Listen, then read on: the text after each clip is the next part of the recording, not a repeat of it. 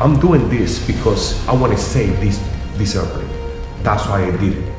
I really want to save it, and I want to fly it.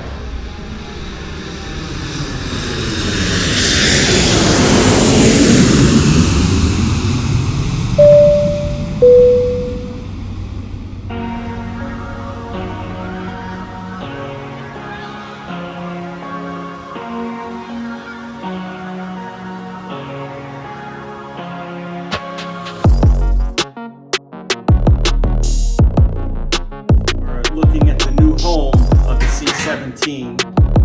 We moved its shop location.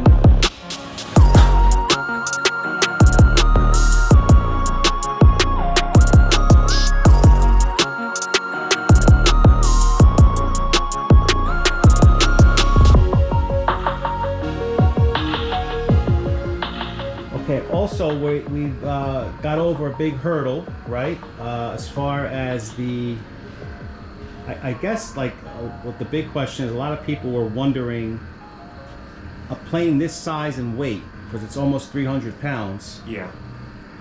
Everyone's saying the AMA will never let you fly it, and it's true. The AMA has a 100-pound weight limit for turbine aircraft. Mm-hmm. So since this plane is going to weigh 300 pounds, Yeah. how do you get around that? And you've been working with the FAA. Yeah, I've been working with the FAA, and they what they advised me is I gotta get an N number, and I did about 3 months ago. I applied for an N number, and finally I have it, my N number. After that, the new step, I mean the next step will be the guy from the FAA inspector to come here when the plane is ready, of course. Right now he cannot come because the plane is not ready.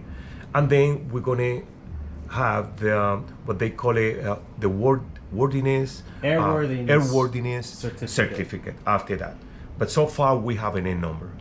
Yeah. That's great. So again, you'll be outside of the AMA's rules. You'll be under the FAA's category. Yeah. Of a unmanned experimental aircraft. Yes. Right. And I'm going to actually play a clip of that process, the conversation you had to start that process. Okay. Yeah, that would be nice.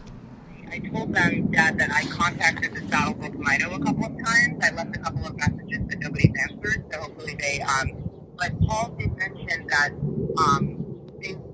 the Mido in Saddlebrook might want to inspect the plane before we fly it. Oh yeah, if they want inspected, I got it here in Tiriboro Airport. I have my office here, so they can come over, no problem. Okay. Yeah, and if you Google FAA Mido, that'll take you to the Mido page, and it'll all be like printed there on the page. Right. And tell me again, so the process we're going through, you're calling it STAT-DC? Right. Special Airworthiness Certificate, experimental category. Okay. Yes, Got it. that's good. I got it. I have another question. Sure. Yeah, you said that nobody did it before, this type of category, right? Well, nobody has done a model airplane this large that I know of. Exactly. So we're going to be the first one, right? I would think so. Okay. But that doesn't mean it's impossible to get it, right? No, I mean, we are, we do plenty of aircraft with SAC ECs. Okay. I've gotten a couple of them through myself. Okay. Oh, right. It's not impossible. I mean, it's basically an uncrewed airplane. Okay. It weighs 260 pounds. It's not the first of these. Okay. Although this is probably the first of them that has been a scale model. Right. Excellent. So that means we can get a permit. That's what you mean? You should be able to get a permit. Beautiful. That's what I want to know. You can get a permit. You can make this thing go as an experimental aircraft. Okay. Okay.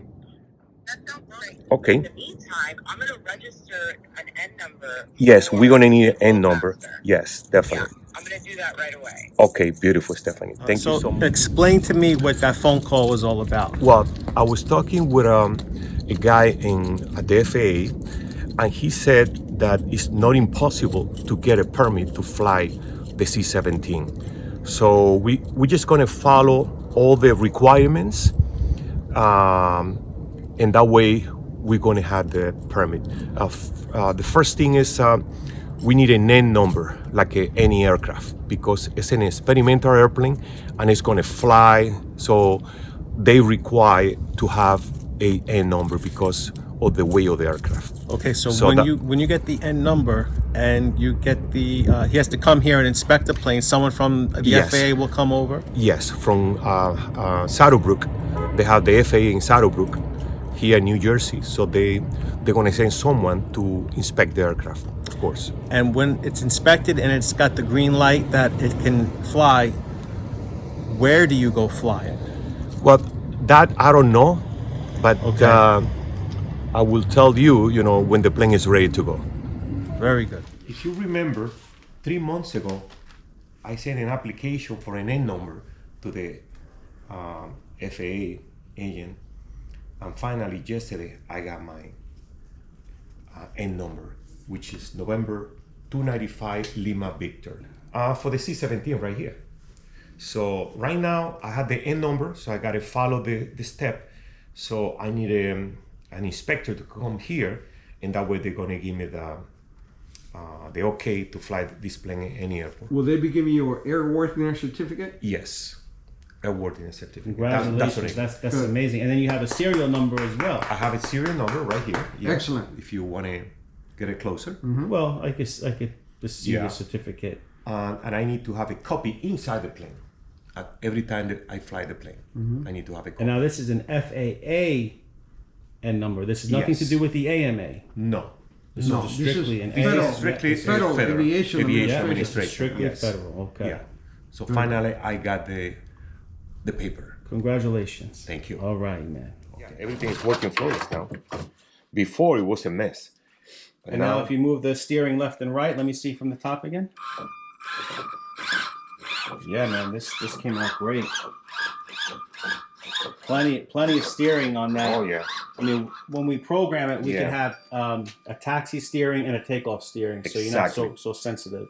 Yeah. Also, I put these Turnbuckles. turnbuckles, and that way you can adjust the cable, Tension. the tension every time you want. Yeah, you did a great job here, man. Excellent. So what do you think? So you can steer it, you can bring it in, no problem. So the only thing it has to do now is the doors. Yeah. Make sure everything works flawless. Beautiful, man. Good Yeah. job. Okay. Gear doors are next. Mhm. So the pump used to be here. So I'm replacing the pump. I'm gonna put a new pump, and I'm gonna add. Let me show you something. I'm gonna put two of these. It's gonna be right here. I'm sorry, here. One here and one over here. And that way, I'm gonna put all this stuff here. Even the power box, Yeah. the receivers, the batteries, the valves, and the pump. With two of these. But I'm gonna make holes. I'm gonna paint the same color. This is for the doors. This is for the retracts, and the battery is for the screw jack. I got the switch here, and I have the pressure here too. Over here, I'm gonna put all the components for the radio that is gonna work only in this part of the fuselage. So Right. I've been replacing a lot of stuff here, and I was doing some repairs here and in here also. So they have this tank here. They have the mount because the tank supply the propane for the two engines. Well, I've been replacing all the hoses. This is for the doors, you see, brand new hoses. Yes. And these are for the wheels to turn, brand new hoses also. So the other side is the same thing. So the reason why is because you know, the old hoses are it's a little bit brittle, you know, and Yeah. they break, they pop. And also, I remember, especially on this side, you had tied off ends. Are they still? Yeah. They're still there. No, they're gone. No, I remove it because we don't need it. We don't need it. And now you shouldn't have any leak. Exactly. But we haven't tested anything yet. I haven't tested, but we're gonna see it soon. Okay. Before, I noticed these tubes, and automatically I see to myself, it's a lot of hoses that goes from one side to the other. So I gotta make an opening in order for me to replace all the hoses here that comes from here to here. Yeah, I see So that. you can see here now everything is hooked up. I got it right here for the new valve. Very nice. Yeah. So Very I nice. think when I finish, I'm gonna glue this back on. Yeah, that's just a detail piece. Yeah, Because if you look underneath exactly. the floorboards, you can see all the hose in line here. Exactly. And that way you don't gonna see no hoses around. Explain, Lucas, what's going on. Yeah, this size of the gear, the motor is off. It's broken. So I replace it for this one is a 6 volt. I replace it for a 12 volt motor. I thought it would be faster, but it's the other way around. It's too slow. So I need to get the same type of motor the plane has. So originally they were all 6-volt motors. Yeah, exactly. And you bought 4 12-volt motors to replace them all. Yeah. But the gearing is a lot slower, which we're going to see. Slow. Yeah, too Again, the slow. motors look like this. Yeah, these are the new one. You know, if you see here, it say 12 volt, Yeah. but the old one say 6 volt. You see? Yeah. But the problem between these two is the speed. It's not just the voltage. This one is faster than that one. The gearing. The gearing, yeah, is faster. So I'm trying to get this type, which is the one that the plane came from England. I mean, so that's the one I need. It looks the same one, but it's not the same. Okay, gear up. Yeah, this one's moving, Yeah. and this one is just crawling.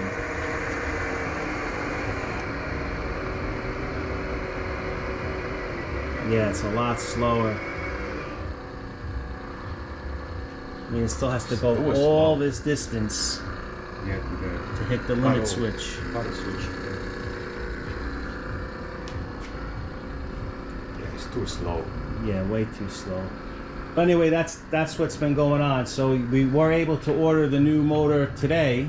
Yeah. It could take up to Couple of more months. Yeah, it could take another month or so. Yeah. But this guy we ordered from will get back to us to see when it would be available, if any Exactly. quicker. Yeah, this guy's still going. Still going, man. It's crazy. No, that's not good. And we even put 22 volts to that motor, and it was still slow. It's still slow. Yeah. Okay. Yeah. No, that doesn't work.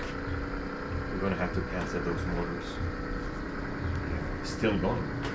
Unbelievable. Check that out. I think it's getting slower as it gets higher. Yeah, probably. Okay, it's gonna hit that limit switch.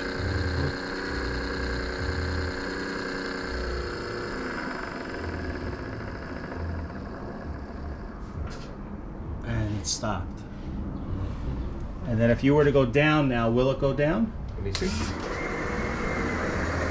Yeah.